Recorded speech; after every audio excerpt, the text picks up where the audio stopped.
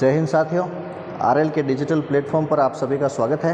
राजस्थान 21 की सीरीज़ के अंदर कुछ प्रश्नों को लेकर मैं आपके साथ में हूं और इन प्रश्नों को सरल करते हुए इनके उत्तर को ढूंढते हुए इसके साथ में जितनी भी जानकारी है उसकी हम बात करेंगे। लीजिए, बिना किसी बाध्यता के पहला प्रश्न आप लोगों के लिए है स्क्रीन पर कि इल्तुतमिश व जैत्र सिंह के मध्य कौन सा युद्ध हुआ था। आपको बताना है इन निम्न 4 युद्ध में से सही उत्तर कौन सा है। इल्तुतमिश जो दिल्ली के शासक थे, दिल्ली के शासक इल्तुतमिश ने मेवाड़ के जैत्र सिंह पर आक्रमण किया था। उस समय इनके मध्य जो युद्ध हुआ, क्या उसे मेवाड़ का युद्ध कहते हैं, आहड़ का युद्ध कहते हैं, भूताला का युद्ध या नागदा का युद्ध कहते हैं। जी हाँ साथियों, इसमें से सही उत्तर होगा भूताला का युद्ध। इल्तुतमिश और जैत्र सिंह के मध्य जो युद्ध हुआ था वो भूताला का युद्ध था और भूताला का जो युद्ध है यह 1227 ईस्वी के अंतर्गत हुआ था। 1227 ईस्वी में दिल्ली के शासक इल्तुतमिश ने जैत्र सिंह पर आक्रमण किया था। उस समय हालांकि जैत्र सिंह इस युद्ध को जीत जाते हैं और इल्तुतमिश इस युद्ध को हार जाता है। इल्तुतमिश की लौटती हुई सेना ने जैत्र सिंह की राजधानी को नष्ट कर दिया था और जैत्र सिंह जो मेवाड़ के शासक थे, इनकी राजधानी थी साथियों नागदा। नागदा वर्तमान उदयपुर के अंदर है। नागदा को राजधानी बनाने वाला पहला शासक हुआ करता था बप्पा रावल ना। नागदा राजधानी थी। इल्तुतमिश की लौटती सेना ने नागदा के अंदर आग लगा दी, नागदा को नष्ट कर दिया। इस कारण नागदा जो है वो रहने लायक नहीं रही। तब इस समय में जैत्र सिंह ने अपनी नई राजधानी बनाई थी, वह राजधानी थी चित्तौड़। तो यह जो युद्ध था वो भूताला का युद्ध था। प्रश्न हमसे ये भी पूछा जा सकता है कि भूताला का युद्ध की जानकारी हमें कौन से बुक से मिलती है, तो हम इसका उत्तर देंगे। एक पुस्तक है जो लिखी गई है, उस पुस्तक का नाम है हमीर मद मर्दन। हमीर मद मर्दन पुस्तक से हमें भूताले के युद्ध की जानकारी मिलती है। इस हमीर मद मर्दन पुस्तक के लेखक कौन है, तो लेखक के रूप में हम बताएंगे इसका लेखक है जिनका नाम है जय सिंह सूरी। जय सिंह सूरी ने इस पुस्तक को लिखा था। ठीक है। अब ये हमीर जो शब्द है वो साथियों अशुद्ध शब्द है। रियल में जो ये शुद्ध शब्द हुआ करता था वो एक अमीर शब्द हुआ करता था। लेकिन हमसे ये भी पूछ सकते हैं कि बताइए साहब, इस पुस्तक के अंदर हमीर यानी अमीर किसको कहा गया है, तो अमीर इसमें कहा गया था इल्तुतमिश को। तो ये कई सारे प्रश्न परीक्षाओं के लिए महत्वपूर्ण रहते हैं कि इल्तुतमिश व जैत्र सिंह के मध्य में भूताला का युद्ध 1227 ईस्वी में हुआ था। इस युद्ध में इल्तुतमिश की सेना हार गई थी, इसने नागदा को आग लगा दी। तब जैत्र सिंह ने अपनी पहली राजधानी बनाया था चित्तौड़ को। तो चित्तौड़ को राजधानी बनाने वाला गोहिल वंश का शासक जैत्र सिंह हुआ करता था। इस युद्ध की जानकारी हमें हमीर मदमर्दन से मिलती है। यह पुस्तक लिखी थी जय सिंह सूरी ने और इस पुस्तक में हमीर कहा गया है इल्तुतमिश को। ठीक है, क्लियर है यहाँ तक। अगर आपको किसी प्रकार की कोई दिक्कत है तो कमेंट बॉक्स में लिख करके आप भेज सकते हैं, जिसमें संतुष्टिजनक आपको उत्तर मिल जाएगा। ठीक है, बढ़ते हैं अगले प्रश्न की तरफ। लीजिए साहब, अगला प्रश्न, एक स्थान का नाम दे रखा है कालपी। आपको बताना है कि कालपी स्थान का संबंध किस शासक से रहा है। रायमल से, महाराणा प्रताप से, उदय सिंह से या महाराणा सांगा से। बिल्कुल, इसमें सही उत्तर होगा ऑप्शन डी, राणा सांगा से। राणा सांगा ने बाबर के साथ में एक युद्ध लड़ा था, वो युद्ध था खानवा का युद्ध। खानवा का युद्ध 1527 में भरतपुर जिले के रूपवास तहसील में गंभीरी नदी के किनारे पर लड़ा गया था। उस युद्ध में जब राणा सांगा घायल हो गए थे, राणा सांगा घायल हुए, तब उनका राजमुकुट झाला अज्जा ने धारण किया था। घायल राणा सांगा को युद्ध भूमि से बाहर लाया गया। जब घायल राणा सांगा युद्ध भूमि से बाहर आए थे तब बसवा दोसा नामक स्थान पर इनका इलाज हुआ था। बसवा नामक स्थान पर राणा सांगा का इलाज हुआ था और यहीं पर इनका चबूतरा बना है। यह स्थान है साथियों दोसा में। फिर इनके साथियों ने इन्हें जहर दिया था। जिस स्थान पर राणा सांगा को जहर दिया गया था उस स्थान का नाम है इरीच, जो वर्तमान मध्य प्रदेश के अंदर है। और जिस स्थान पर राणा सांगा की मृत्यु हुई थी वह स्थान है साथियों कालपी, और कालपी भी वर्तमान में मध्य प्रदेश के अंदर है। फिर राणा सांगा का दाह संस्कार कहाँ हुआ, तो उसका उत्तर हम बताएंगे। राणा सांगा का दाह संस्कार हुआ था साहब मांडलगढ़ के अंदर, और मांडलगढ़ का जिला हम जानते हैं भीलवाड़ा है। इसी मांडलगढ़ भीलवाड़ा में राणा सांगा जो थे उनका दाह संस्कार हुआ। यहाँ पर इनकी छतरी बनी और छतरी में खंभों की संख्या कितनी है, ऐसा पूछने पर हम बता देंगे 8 बताएंगे। क्लियर। तो कालपी स्थान का संबंध मेवाड़ के शासक राणा सांगा से हैं। राणा सांगा को कई सारी उपाधियाँ प्राप्त थी।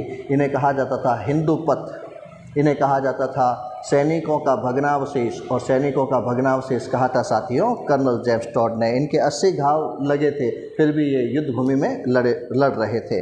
प्रश्न संख्या 3 आप लोगों के लिए। नेक्स्ट क्वेश्चन, महाराणा प्रताप की सेना का नेतृत्व हल्दी घाटी युद्ध में किसके द्वारा किया गया था? पहला प्रश्न, ये तीसरा प्रश्न आप लोगों से कि जब राणा प्रताप की सेना हल्दी घाटी का युद्ध लड़ रही थी अकबर की सेना मुगलों की सेना के साथ में, हल्दी घाटी हम जानते हैं दोस्तों ये राजसमंद डिस्ट्रिक्ट के अंदर है। यहाँ पर युद्ध हुआ था 18 जून को, 18 जून सन 1576 ईस्वी में। एक तरफ प्रताप की सेना थी, दूसरी तरफ अकबर की सेना। आपको बताना है कि प्रताप की सेना का नेतृत्व कौन कर रहे थे? नेतृत्व सबसे आगे की टुकड़ी करती है, और सेना के अंदर जो सबसे आगे टुकड़ी लड़ती है उस टुकड़ी को क्या कहा जाता है? हरावल कहा जाता है। तो बताइए प्रताप के हरावल दस्ते का नेतृत्व किसके द्वारा किया जा रहा था? जी हाँ, इसमें से सही उत्तर होगा आप लोगों के लिए डी, हकीम खां सूर नामक एक मुस्लिम व्यक्ति के द्वारा प्रताप की सेना का नेतृत्व। इसी प्रश्न को अगर बदल दिया जाए और आपसे पूछ लिया जाए कि मुगल सेना यानी अकबर की सेना के हरावल दस्ते का नेतृत्व कौन कर रहा था, तो अकबर की सेना के हरावल दस्ते का नेतृत्व कर रहे थे मान सिंह, जो आमेर के थे, और यहाँ पर हल्दी घाटी युद्ध में अकबर की सेना का नेतृत्व कर रहे थे। क्लियर है? बढ़ते हैं प्रश्न संख्या 4 की तरफ। ये रहा प्रश्न संख्या 4 आप लोगों के लिए। आपको बताना है कि मेवाड़ का मैराथन किसे कहते हैं? इन निम्न 4 युद्ध में से किस युद्ध को मेवाड़ का मैराथन कहते हैं? कई बार पूछा गया प्रश्न है परीक्षाओं के अंदर, और यही सारे प्रश्न वापस रिपीट होकर के हमें नई परीक्षाओं में देखने को मिलते हैं। मेवाड़ का मैराथन किस युद्ध को कहा था? और ये भी बता दीजिए अगर आपको ध्यान है तो कमेंट्स में लिख करके कि यह मेवाड़ का मैराथन जो है वो किसने कहा था? हल्दी घाटी, खातौली, खानवा और दिवेर। इनमें सही उत्तर होगा मेवाड़ का मैराथन कहा गया था साथियों दिवेर के युद्ध को। दिवेर का जो युद्ध है वह लड़ा गया था अक्टूबर महीने में, अक्टूबर सन 1582। अक्टूबर 1582 में दिवेर का युद्ध मेवाड़ और मुगलों की सेना के बीच में लड़ा गया था। यहाँ मेवाड़ की सेना का सेनापति थे महाराणा प्रताप के पुत्र जिनका नाम है अमर सिंह फर्स्ट, और उधर मुगल सेना के सेनापति यानी कि दिवेर के जो उस समय क्या थाना हुआ करता था, दिवेर के थानेदार जो थे मुगल सेनापति, उनका नाम था सुल्तान शेरमा खां या सुल्तान सिरेमा खां, ऐसा नाम हमें देखने को मिलता है। यहाँ पर अमर सिंह की सेना जीत जाती है, सुल्तान सिरेमा खां इसमें युद्ध में लड़ते हुए मारे जाते हैं। तो ये अक्टूबर 1582 के अंदर जो दिवेर का युद्ध हुआ था। ध्यान हमें यह भी रहना चाहिए कि दिवेर वर्तमान में किस डिस्ट्रिक्ट के अंदर है? तो साथियों दिवेर वर्तमान राजसमंद जिले के अंदर स्थित है। दिवेर का युद्ध 1582 में मेवाड़ की सेना जीतती है, मुगल सेना हारती है, सुल्तान सिरेमा खां इसमें लड़ते हुए मारा जाता है अमर सिंह के भाले से वार से, और इस दिवेर के युद्ध को मेवाड़ का मैराथन कहा था। जी हाँ, कमेंट्स आपके बिल्कुल सही मिल रहे हैं। और इस मेवाड़ का मैराथन कहने वाले जो थे वो घोड़े वाले बाबा, राजस्थान के इतिहास के जनक कर्नल टॉड थे। क्लियर? एक प्रश्न यहाँ मैं भी कर सकता हूँ आप लोगों से, बताइए साहब, इन्हीं कर्नल जेम्स टॉड ने हल्दी घाटी के युद्ध को क्या कहा था? इन्हीं कर्नल जेम्स टॉड ने हल्दी घाटी के युद्ध को क्या कहा था? तो हल्दी घाटी के युद्ध को कहा था साथियों इन्होंने मेवाड़ की थर्मोपोली कहा था, मेवाड़ की थर्मोपोली कहा था। और भी प्रश्न बन सकते हैं कि हल्दी घाटी के युद्ध को गोगुंदा का युद्ध किसने कहा था? तो गोगुंदा का युद्ध बदायूनी ने कहा था। बदायूनी ने तो इस युद्ध का आंखों देखा वर्णन भी लिखा है बदायूनी ने, और उस किताब का नाम है मुंतखाब उल तारीख। इसी युद्ध के बारे में प्रश्न हो सकता है कि हल्दी घाटी के युद्ध को खमनोर का युद्ध किसने कहा था? तो खमनोर का युद्ध कहने वाले हैं अबुल फजल, जो अकबर के नवरत्नों में से एक हुआ करते थे। तो इस प्रकार के कई प्रकार प्रश्न हम सरल करते रहेंगे। बड़े अगले प्रश्न की तरफ। नेक्स्ट क्वेश्चन आप लोगों के लिए, ढेबर झील का निर्माण किस शासक ने करवाया था? राजस्थान के अंदर ढेबर झील जो वर्तमान में जिला उदयपुर के अंदर है, ढेबर झील, इसका निर्माण मेवाड़ के किस महाराणा के द्वारा करवाया गया था? राणा संग्राम सिंह, जय सिंह, राणा लाखा और राज सिंह। बिल्कुल, आप सही उत्तर की तरफ बढ़ रहे हैं। ये ढेबर झील साथियों प्राचीन नाम हुआ करता था। आजकल इस ढेबर झील को ढेबर झील नहीं कहते हैं, तो इसे क्या कहते हैं? इसे कहते हैं जयसमंद झील। और इस जयसमंद झील जो उदयपुर के अंतर्गत है वो मीठे पानी की बड़ी झील है। इसके अंदर 7 टापू है, 7 टापू है। टापू मतलब जल राशि से घिरा हुआ स्थल मंडल, जो जल में भूभाग कुछ ऊपर हो। 7 टापू में से सबसे बड़े टापू को कहते हैं बाबा का भागड़ा। सबसे बड़े टापू को बाबा का भागड़ा कहते हैं, और जो सबसे छोटा टापू है उसे प्यारी कहा जाता है। और जब हम इस झील के बारे में पढ़ते हैं ज्योग्राफी से रिलेटेड, तब और बातें सामने आती है। इसी झील से 2 नहरें निकाली गई हैं जिनसे सिंचाई होती है। एक नहर का नाम है श्यामपुरा नहर और दूसरी नहर का नाम है भाट नहर या भट्टा नहर, ऐसा नाम पढ़ने को मिलता है अपने को। तो आपको बताना है उदयपुर के अंदर स्थित मीठे पानी की झील जयसमंद का निर्माण किसने करवाया था? मेवाड़ के महाराणा जय सिंह ने करवाया था। सिंपल सा क्वेश्चन है। क्वेश्चन नंबर 6, निम्न दुर्ग में से वह किला कौन सा है जिसका निर्माण महाराणा कुंभा के द्वारा निर्मित नहीं है? कुंभा ने कौन सा दुर्ग नहीं बनाया था? साथियों, हमने जब मेवाड़ के इतिहास को पढ़ा है तो बड़े अच्छे से राणा कुंभा को पढ़ा था, और हमें ये भी पता है कि महाराणा कुंभा को कहते हैं राजस्थान की स्थापत्य कला का जनक। राजस्थान की स्थापत्य कला का जनक अगर किसी को कहा जाता है तो वो मेवाड़ के महाराणा कुंभा को कहते हैं। ये आपने या मैंने नहीं कहा था, ये किसने कहा था? ये कहा था साहब कवि राजा श्यामल दास ने। कवि राजा श्यामल दास ने, जो मेवाड़ के हुआ करते थे। कवि राजा श्यामल दास एक ग्रंथ लिखते हैं जिससे मेवाड़ की जानकारी प्राप्त होती है। उस ग्रंथ का नाम है वीर विनोद। कवि राजा श्यामल दास ने अपने ग्रंथ वीर विनोद में राणा कुंभा को स्थापत्य कला का जनक कहा था। इसका कारण क्या कि इन्हीं राणा कुंभा ने मेवाड़ में टोटल 84 दुर्ग बने हुए हैं, 84 किले हैं, उसमें से 32 किलों का निर्माण अकेले राणा कुंभा ने करवाया। आपको बताना है इनमें से कौन सा दुर्ग राणा कुंभा ने नहीं बनाया था। दोस्तों, बासंती दुर्ग सिरोही के अंदर स्थित है, राणा कुंभा ने बनाया था। मचान दुर्ग यह भी सिरोही के अंदर स्थित है, यह भी राणा कुंभा ने बनाया था मेर जाति पर नियंत्रण करने के लिए। और भूमठ दुर्ग यह वर्तमान उदयपुर के अंदर स्थित है, इसका निर्माण भी राणा कुंभा ने ही कराया था, और यह भील जाति पर नियंत्रण करने के लिए राणा कुंभा ने निर्मित करवाया था। तो इस प्रश्न का सही उत्तर क्या होगा? बैसरोडगढ़। बैसरोडगढ़ दुर्ग वर्तमान में कहाँ है? कि चित्तौड़गढ़ के अंदर है। इसका निर्माण 2 व्यापारियों के द्वारा, राजस्थान का एकमात्र ऐसा दुर्ग जो व्यापारियों द्वारा निर्मित है वो है बैसरोडगढ़। बैसा शाह और रोड़ा चारण नामक 2 व्यापारियों ने इस दुर्ग का निर्माण करवाया था। क्लियर? प्रश्न संख्या 7 की तरफ बढ़ते हैं आगे।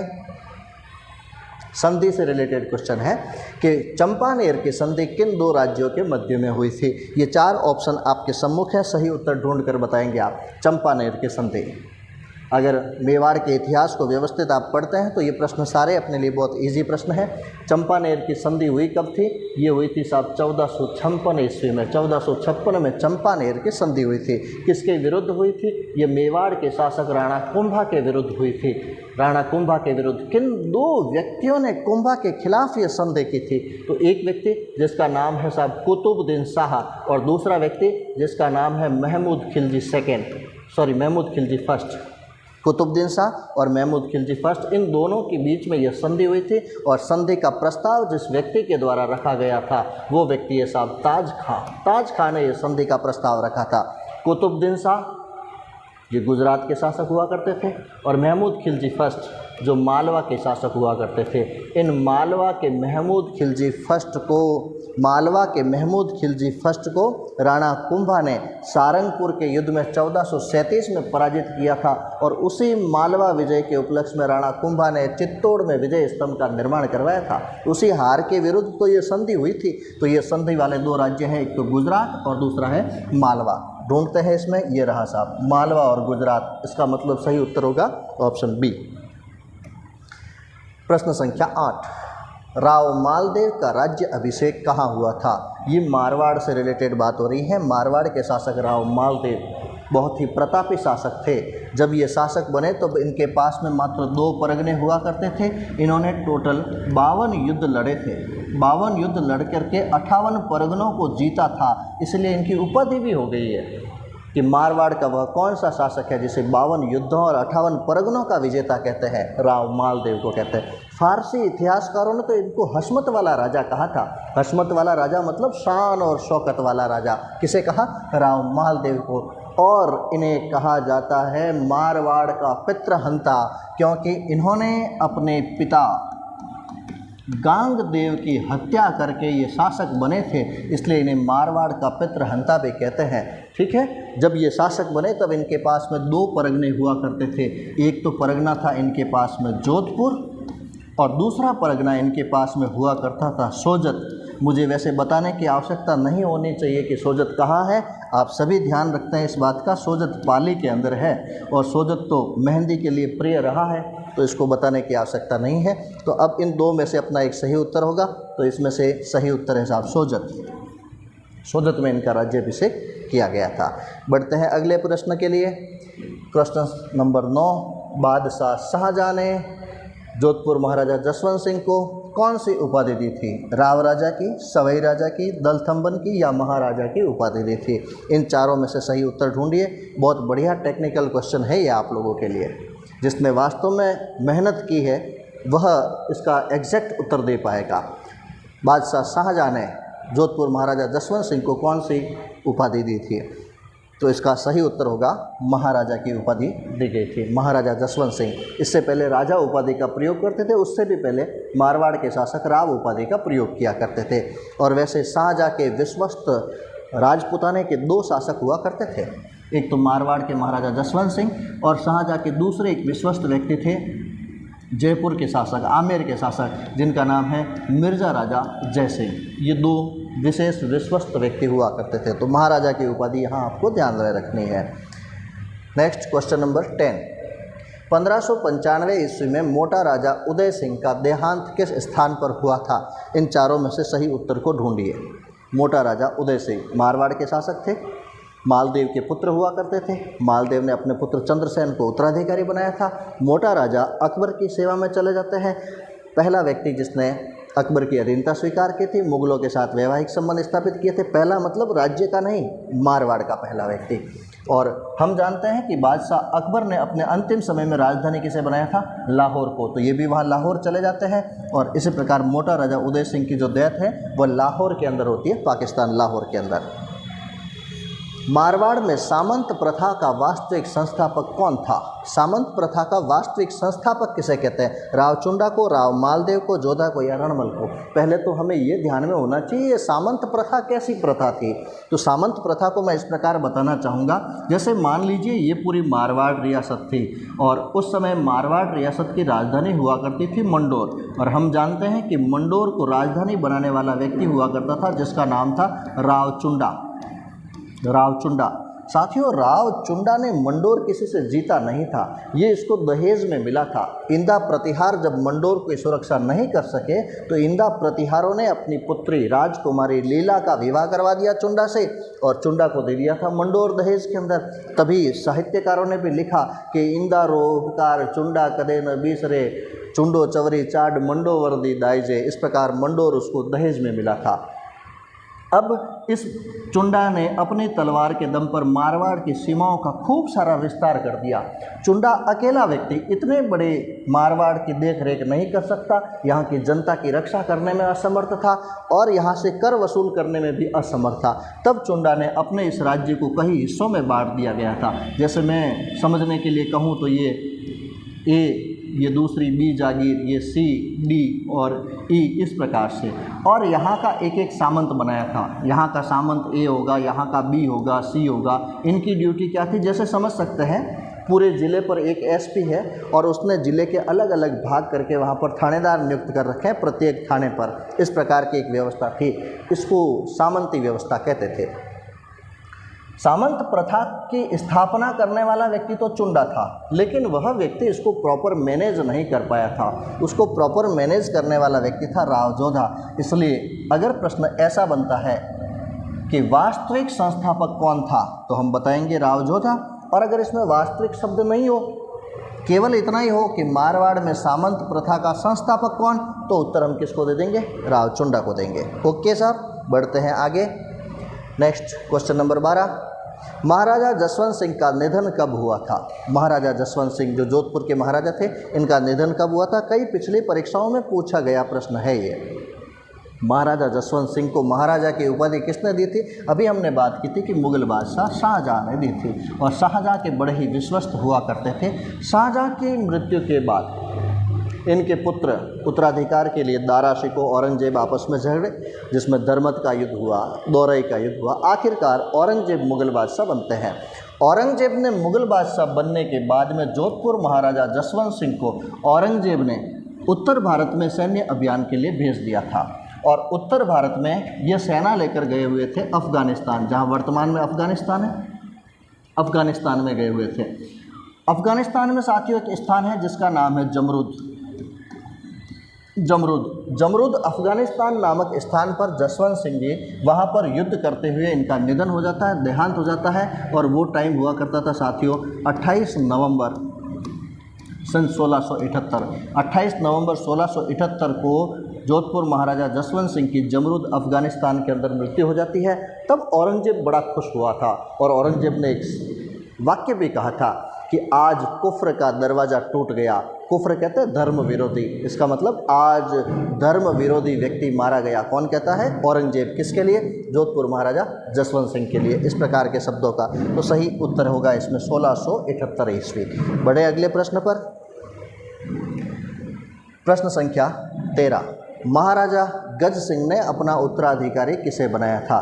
अब देखो प्रश्न काफ़ी डीप आते हैं आजकल के, क्योंकि प्रतिस्पर्धा काफ़ी बढ़ चुकी है, कंपटीशन बहुत भारी है, कई लाखों की तादाद में फॉर्म आते हैं, तो बहुत डीप अपने को पढ़ना होगा और उन उत्तरों तक भी पहुंचना पड़ेगा। ये बात हो रही है जोधपुर महाराजा गज सिंह के लिए, है ना। जोधपुर महाराजा गज सिंह के 2 पुत्र हुआ करते थे। इनके बड़े पुत्र का नाम था साथियों अमर सिंह, और जो छोटे पुत्र थे उनका नाम था जसवंत सिंह।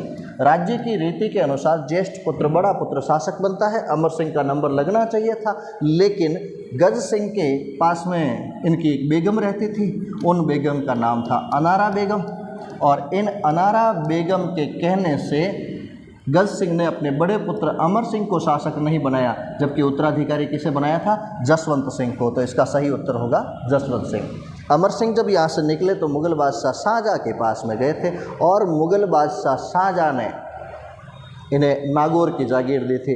आज भी हम पढ़ते हैं नागौर के अमर सिंह राठौड़ की वीर गाथाएं, वो वही अमर सिंह हैं जो अपनी कटारी के लिए प्रसिद्ध रहे हैं। इन्होंने 1644 ईस्वी में मतिरा की राड़ युद्ध लड़ा था बीकानेर के कर्ण सिंह के साथ में, और कटारी के लिए इनके कई इतिहास प्रसिद्ध दोहे साहित्य में वर्णित हैं कि कटारी अमरेसरी और तोगारी तलवार, हाथल राय सिंगरी और दिल्ली के दरबार।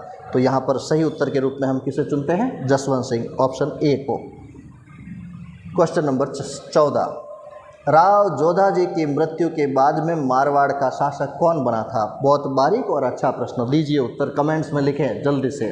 बिल्कुल, राव जोधा जी की मृत्यु के पश्चात मारवाड़ का शासक कौन बना था, राव जोधा जी, जिन्होंने जोधपुर की स्थापना की है, जोधपुर को अपनी राजधानी बनाया था। जोधपुर की स्थापना 1459 ईस्वी में हुई। यहाँ पर जोधपुर में चिड़िया टूक पहाड़ी पर मेहरानगढ़ दुर्ग का निर्माण भी राव जोधा जी के द्वारा करवाया गया है।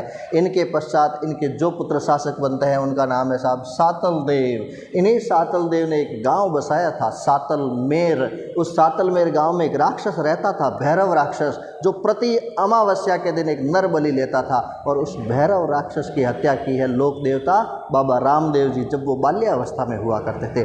रामदेव जी ने तो सातलमेर का नाम ही बदल दिया। सातलमेर का नया नाम बदल कर क्या रखा था, पोखरण रखा था। और ये पोखरण इन्होंने अपनी बहन सुगुणाबाई को दहेज में दे दिया था। सुगुणाबाई को जब ये दहेज में दिया तो रामदेव जी विद फैमिली एक नए गांव की तरफ चले गए थे। वो गांव है साहब जैसलमेर का रुणेचा।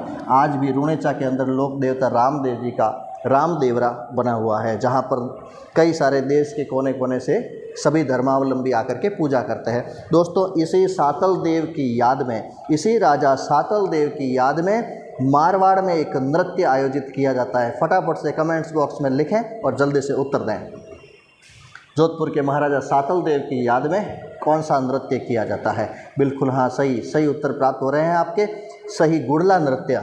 मारवाड़ में बालिकाओं के द्वारा एक नृत्य किया जाता है, घुड़ला नृत्य, और वहाँ घुड़ले खां का सिर काट कर लाए थे सातल देव इनकी याद में, ठीक है, जो शीतला अष्टमी से गणगौर तक किया जाता है। बढ़ते अगले क्वेश्चन, आपके लिए प्रश्न संख्या 15।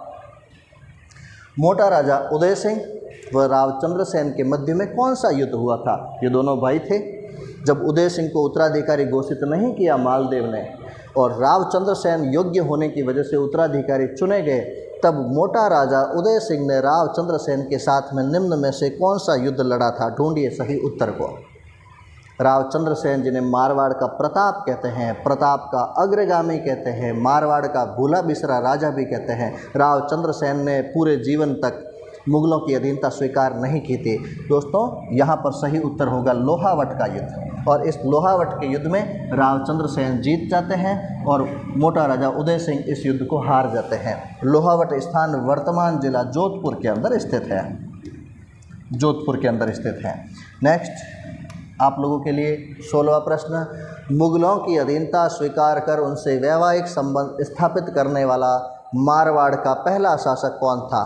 भारमल नहीं हो सकता, क्योंकि ये शासक थे आमेर के। दूसरा, महाराणा राज सिंह के बारे में कहा गया है, राज सिंह शासक थे मेवाड़ के, यह भी नहीं हो सकता। कल्याणमल बीकानेर के थे और उदय सिंह मारवाड़ के थे। यही मोटा राजा उदय सिंह मुगलों की अधीनता स्वीकार करते हैं और अपनी पुत्री मानमती भानुबाई, जिसका विवाह जहांगीर के साथ करवाया गया था, और जहांगीर से इनसे जो पुत्र हुआ था वो था शाहजहां। क्वेश्चन नंबर 17, रावचंद्र सेन का शासनकाल कितना था? कब से कब तक रावचंद्र सेन ने शासन किया था? बताएं सही उत्तर को। रावचंद्र सेन का शासनकाल क्या रहा था? रावचंद्र सेन मालदेव के पुत्र थे, योग्य होने से उत्तराधिकारी चुने गए थे। मालदेव का शासनकाल था 1531 से 1562 तक। 1562 के बाद में इनका शासनकाल शुरू हो जाता है। 1562 से 1581 तक शासक रहे थे, और 1581 में पाली में सोजत के पास में सारण और सिरियारी की पहाड़ियाँ हैं। सारण और सिरियारी की पहाड़ियों में रावचंद्र सेन का निधन हो जाता है 1581 में। तो ये 1562 से 81 तक रावचंद्र सेन का शासनकाल था। क्वेश्चन नंबर 18, महाराजा गज सिंह को दलथंबन की उपाधि किसने दी थी? अभी इन गज सिंह के बारे में हमने बात कर ही ली थी कि इनके दो पुत्र थे। बड़े पुत्र का नाम अमर सिंह और छोटे पुत्र का नाम हुआ करता था जसवंत सिंह, जिन्होंने अनारा बेगम के कहने से अमर सिंह को शासक नहीं बनाया और शासक बनाया था जसवंत सिंह को।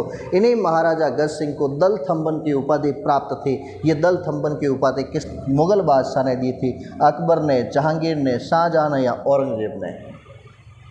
तो इसका सही उत्तर होगा साथियों, जहांगीर के द्वारा यह उपाधि दी गई थी। जहांगीर इनके समकालीन थे। जहांगीर ने ऐसी उपाधि इनको क्यों दी? जब मुगल बादशाह जहांगीर थे, तब जहांगीर के पुत्र शाहजहां ने जहांगीर के खिलाफ विद्रोह कर लिया। तब जहांगीर ने कहा गज सिंह को कि मेरे पुत्र के दल जो विद्रोह कर रहा है उसको रोकिए आप। गज सिंह ने थंबे की तरह खड़ा होकर के शाहजहां के दल को रोका था, इसलिए इनको दलथंबन की उपाधि जहांगीर के द्वारा दी गई थी। जहांगीर ने इन्हें दलथंबन और राजा की उपाधि प्राप्त की थी। नेक्स्ट क्वेश्चन नंबर 19, राठौड़ों का आदि पुरुष किसे कहते हैं? आदि पुरुष शब्द का अर्थ होता है वह व्यक्ति जिसने सबसे पहले स्थापना की थी। राठौड़ों का आदि पुरुष कहो, मूल पुरुष कहो, है ना, राठौड़ वंश का संस्थापक। तो मारवाड़ में राठौड़ वंश के संस्थापक आदि पुरुष कहते हैं राव सिंहा को। इसने 1240 ईस्वी में राठौड़ वंश की स्थापना की थी। यह व्यक्ति सबसे पहले पाली नामक स्थान पर आते हैं, पालीवाल ब्राह्मणों के कहने से। और पाली के समीप एक स्थान है साथियों बिठू में इनकी छतरी बनी हुई है, और वहाँ पर एक इनकी रानी पार्वती सोलंकी का एक अभिलेख है, जिस अभिलेख को देवल अभिलेख कहते हैं। उस देवल अभिलेख यानी देवल शिलालेख से ये सारी जानकारी अपने को प्राप्त होती है। क्लियर? तो राठौड़ों का आदि पुरुष, मूल पुरुष, वास्तविक संस्थापक किसे कहेंगे? राव सिंहा को कहेंगे। बढ़ते हैं अगले प्रश्न के लिए। अकबर ने 1572 से 1574 तक जोधपुर का प्रशासक किसे बनाया था? जोधपुर का प्रशासक राम सिंह को, उदय सिंह को, मान सिंह को या राय सिंह को? इसमें सही उत्तर होगा ऑप्शन डी, राय सिंह, जो कहाँ के व्यक्ति हुआ करते थे? बीकानेर के, बीकानेर के, है ना। बीकानेर के एक शासक थे जिनका नाम था कल्याणमल। कल्याणमल, बीकानेर के शासक कल्याणमल ने नागौर दरबार में अकबर की अधीनता स्वीकार कर ली थी। नागौर दरबार 1570, अकबर की अधीनता स्वीकार कर ली। इन्होंने अपने दोनों पुत्रों को अकबर की सेवा में भेजा था। बीकानेर के कल्याणमल के बड़े पुत्र का नाम राय सिंह था और जो छोटे पुत्र थे उनका नाम था पृथ्वीराज राठौड़। राय सिंह को सेना में भर्ती किया गया और पृथ्वीराज राठौड़ जो थे वो अकबर के दरबार में एक कवि हुआ करते थे। पृथ्वीराज राठौड़ को अकबर ने एक जागीर दी थी गागरौन की। गागरौन वर्तमान साथियों झालावाड़ के अंदर है। वहाँ बैठकर एक बुक लिखी थी इन्होंने, वेली किशन रुक्मणी की, जिसको दुर्सा जी आडा ने कहा था 5वां वेद और 19वां पुराण। और जो राय सिंह सेना में थे, इन्हें बीकानेर के राय सिंह को अकबर ने जोधपुर का प्रशासक बनाया था 1572 से 1574 तक, 2 वर्षों के लिए। 74 में इनके पापा कल्याणमल का निधन हो गया था, तब ये फिर जोधपुर से सीधे बीकानेर चले गए थे। बढ़ते हैं अगले और लास्ट क्वेश्चन की तरफ। आज की सीरीज का अंतिम प्रश्न राजस्थान 21 में कि अकबर ने जोधपुर को खालसा कब घोषित किया था? साथियों, खालसा जोधपुर 2 बार हो चुका है, एक अकबर के समय और एक औरंगजेब के समय। अकबर ने तो 2 वर्षों के लिए किया था और औरंगजेब ने 30 वर्षों तक। खालसा शब्द का अर्थ होता है जिसका केंद्र से सीधा शासन चलता हो, यानी केंद्र शासित प्रदेश बना दिया था। तो अकबर के समय मारवाड़ के एक शासक थे जिनका नाम था रावचंद्र सेन। रावचंद्र सेन, जिनको मारवाड़ का प्रताप कहते हैं, इन्होंने कभी भी मुगलों की अधीनता स्वीकार नहीं की थी। और अभी कुछ प्रश्नों में हमने जिक्र किया कि इनकी मृत्यु जो है, इनका देहांत जो है वो 1581 ईस्वी में हुआ था, सोजत के पास में सारण और सिरियरी की पहाड़ियों में। जब 1581 में इनकी डेथ हुई तो 1581 के अंदर इसको खालसा घोषित कर दिया गया था 2 वर्ष के लिए, 1581 से लगा करके 1583 तक के लिए। तो आज के राजस्थान 21 के सीरीज में निम्न प्रश्नों को लेकर के मैं आपके साथ था। तो उम्मीद करता हूँ ये प्रश्न आप लोगों के लिए बहुत तैयारी में कारगर सिद्ध होंगे। और भी आप लोगों के जो सुझाव हैं वो कमेंट्स में लिखते रहें, ताकि आपकी आवश्यकता के अनुसार अगली क्लास लेकर मैं आप तक उपस्थित हो सकूं। हमारे चैनल को लाइक, शेयर और सब्सक्राइब ज़रूर करें। बने रहिए RL क्लासेस के साथ में। थैंक यू दोस्तों।